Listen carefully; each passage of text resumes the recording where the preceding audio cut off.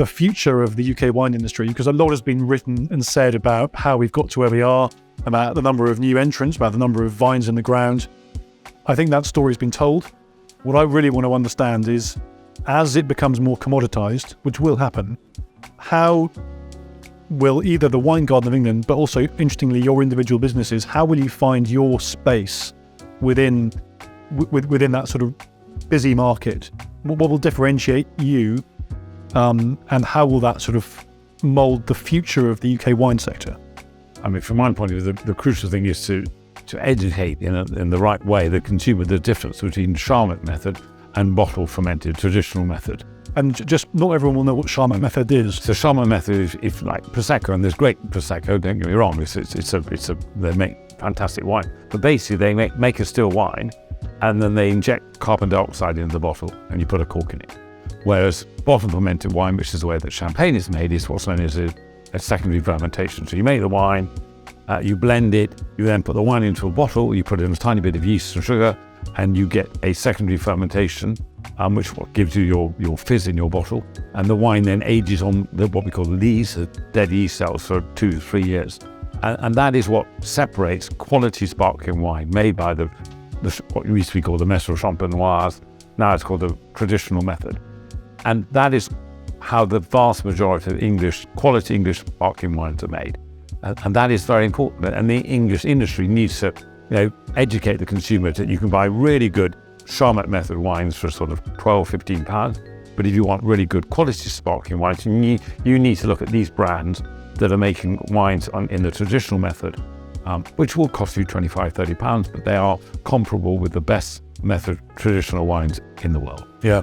And I guess just adding to that specifically for Simpsons, I think as the industry grows up, there's going to be different businesses who will take a view, for example, that they want to source grapes from all around the UK, and they would claim that that's their competitive advantage, that they can moderate vintage variations, whereas for someone like Simpsons, we always believe that wine has to have a sense of place, and therefore we want wines from Simpsons to taste like our valley here in the Eden Valley, so we will only make wines from grapes grown in this valley. So that's one differentiation. The other thing, which I think is, I can't understate or overstate, I should say, is the opportunity for still wines. So to date, most English producers have concentrated on English sparkling wine.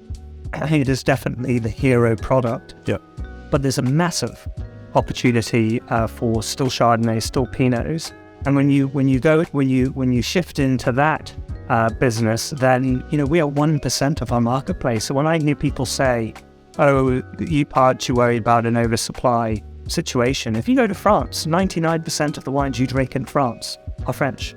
Come to the UK, 1% of the wines we drink is domestically made. Yeah. So that is the headspace that you've got. You just have to think creatively. You've got to find that path that's least trodden, the one that everyone's going this way, you should be going that way. And that is the beauty of wine. Do something different. And I think the still wine story is really important because it also helps educate the consumer that English sparkling wine and English still wine are really high quality. And a lot of people may probably go into it in the still route to start with.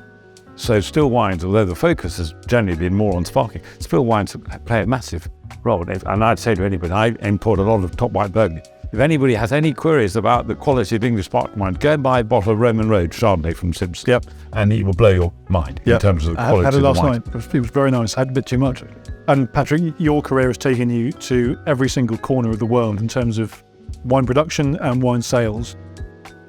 I'm interested to know what your reflections are on Kent as a county, for the production of wine, in reference to other countries where you've seen wine grown. Which country will be most similar to? Probably New Zealand. I think in terms of the climate, it's got a maritime climate, and that's what differentiates. And talking to Alexander and Christelle from Tatton in particular, that's their biggest comparison between the site at Evremond and their vineyards around Saint-Epet. It is the fact that their champagne is mainly continental climate, and here we're very much in a maritime climate. Most of our vineyards are 10-15 miles away from the sea. And that's the similar that you get in Marlborough in New Zealand, in terms of top quality Chardonnay, top quality Sauvignon Blanc on that maritime climate. And there in Marlborough you've got a differentiation of styles. but their common factor is that they're cool climate. Sure, you get cool climates on the coasts of Chile and places like that, but I think the New Zealand is, and actually, and the other similarities in New Zealand is you have a burgeoning tourist industry as well in Marlborough, similar to what we're trying to encourage through the wine garden, being that people to come to Kent. Why do you think that the UK wine industry is booming now? I mean, we've had chalk in the ground since, Adam was a boy. I think the 2003, probably the year, climatic year, was a sea change. There were some really good wines before that, but I think when we all talk about the horrors of climate change, and indeed they are, but there's no doubt that the English viticulture industry is probably on the benefit side at the moment. I think the trend of warmer summers post 2003 put more focus on, more people started to plant vineyards. I think a lot of people started to look around other parts of the world in relatively coolish areas where vineyards have gone in. And therefore we saw a raft of people like Charles, who've got great expertise down in the south of France, actually thinking, well, actually I can make equally good wines of different style up here in Kent. And that started the sort of tractor going. But ultimately, the reason the industry is booming is that there's some really, really good wines being made. The consumer trying them, they're often trying them for the first time and saying, wow, I'm so impressed by my Roman Road Chardonnay or Chapel Down or Balfour, whatever it may be, Bitterdon. And they're coming back for more and more. So it's actually, whereas 50 years ago, the English wine industry was a bit of a joke, now the knowledgeable consumer and even the sort of exploring consumer is actually tasting English sparkling wine, English still wine, and thinking, wow, this stuff is great. Yeah.